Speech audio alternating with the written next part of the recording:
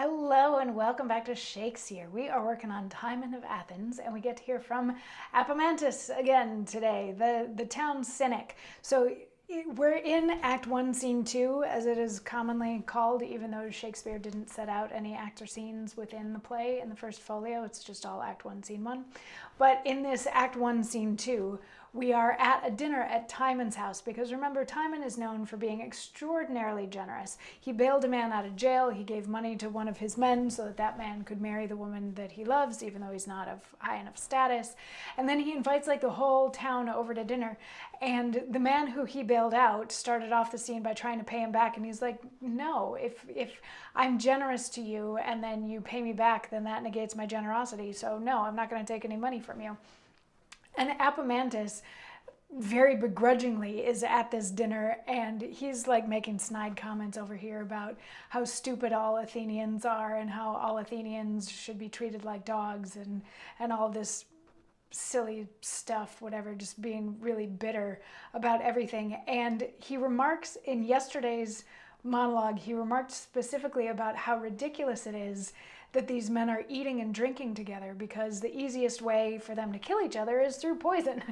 And who knows? And even though Timon thinks that everybody is his friend, Apemantus and the poet in the first scene are very aware of the fact that the people that you are closest to, or the people that he is closest to, are the ones who are probably going to be the first to ditch him once fortunes turn.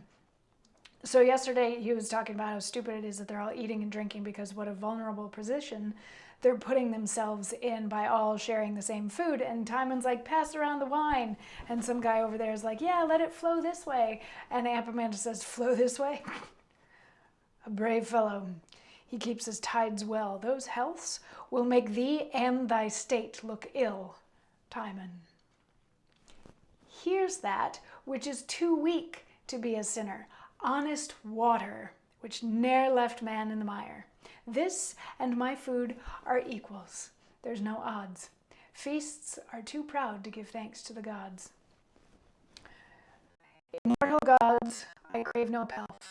I pray for no man but myself. Grant I may never prove so fond to trust a man on his oath or bond, or a harlot for her weeping, or a dog that seems a-sleeping, or a keeper with my freedom, or my friends, if I should need 'em. Amen. So fall to it. Rich men sin, and I eat root. Much good ditch thy good heart, Apemantus.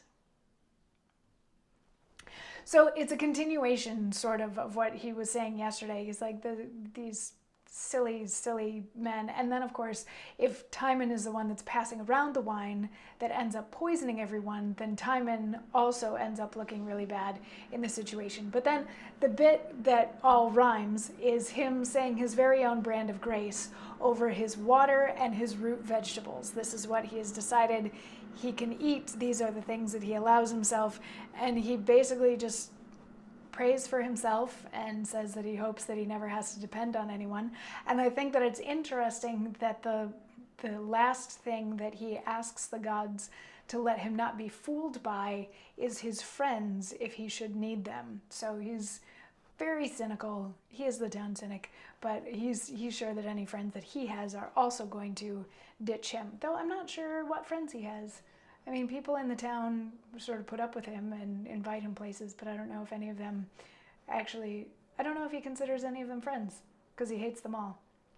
But anyway, he's like, okay, now I'm good, I'm taken care of. And Timon almost instantly shifts his attention over to Alcibiades, who's a military guy, and he's like, you probably wish you were still on the battlefield. And Alcibiades is like, yeah, basically, I'm still thinking about that battle, like all those men who are lying bleeding in the field. And Apemantus is like, if only everybody here was his enemies, then he would kill all of them and I wouldn't have to worry about it anymore. And the first lord or something turns to Timon and is like, really, like, I wish that you would let us do something nice for you just once. Wouldn't that be great if we could repay some of your generosity?